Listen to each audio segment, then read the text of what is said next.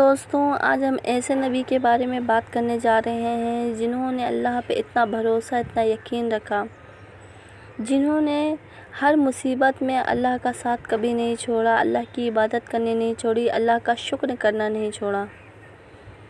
اللہ نے انہیں ہر ایک چیز سے نوازا تھا، مال اور دولت سے نوازا تھا، اولادوں سے نوازا تھا، عزت سے نوازا تھا۔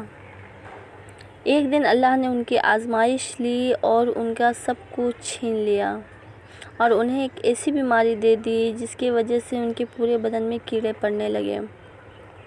تبھی بھی انہوں نے اللہ پہ یقین اور بھروسہ کرنا نہیں چھوڑا اور اللہ کا شکر ادا کرتے رہے۔ آج کل کے لوگ جو ہیں، ہلکی سی بھی مصیبت آتی ہے یا پریشانی آتی ہے تو وہ بھٹکنے لگتے ہیں۔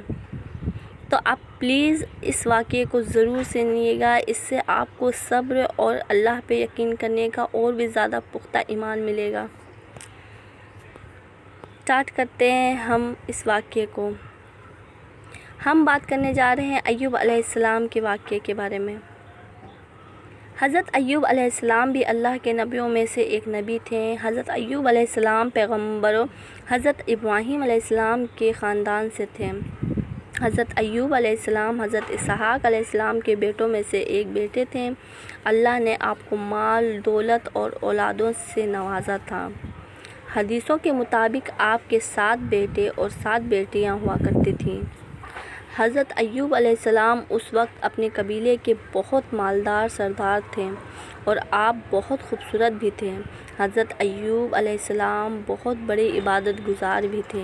وہ اپنے زیادہ تر وقت اللہ کی عبادت میں گزارا کرتے تھے۔ آپ اپنے قبیلے میں اس وقت اس طرح مشہور تھے کہ جب آپ گھر سے کسی کام کے لیے نکلتے تب لوگ آپ کے استقبال کے لیے کھڑے ہو جایا کرتے تھے۔ لوگ آپ کی بڑی عزت کیا کرتے تھے۔ لیکن کہتے ہیں نا، جب کوئی اللہ کو بڑا عزیز ہوتا ہے تب اللہ بھی ایسے شخص کی امتحان ضرور لیتا ہے۔ ایسے ہی کچھ حضرت ایوب علیہ السلام کے ساتھ ہوا۔ لہٰذا ہوا کچھ ایسا کہ اچانک حضرت ایوب علیہ السلام کا اچانک سے سب کچھ برباد ہو گیا۔ ان کا گھر اچانک سے گر گیا، اس میں دب کے ان کی ساری اولاد کی موت ہو گئی۔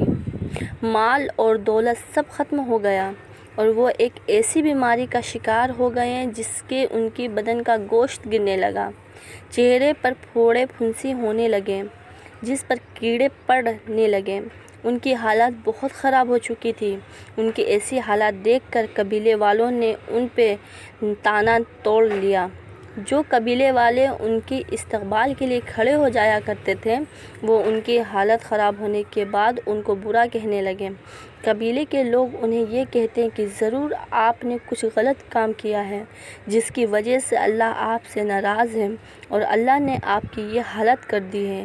لوگ انہیں یہ بھی تک کہنے لگے کہ یہ کوئی نبی نہیں ہے، یہ ایک بہت بڑا گنہگار آدمی ہے۔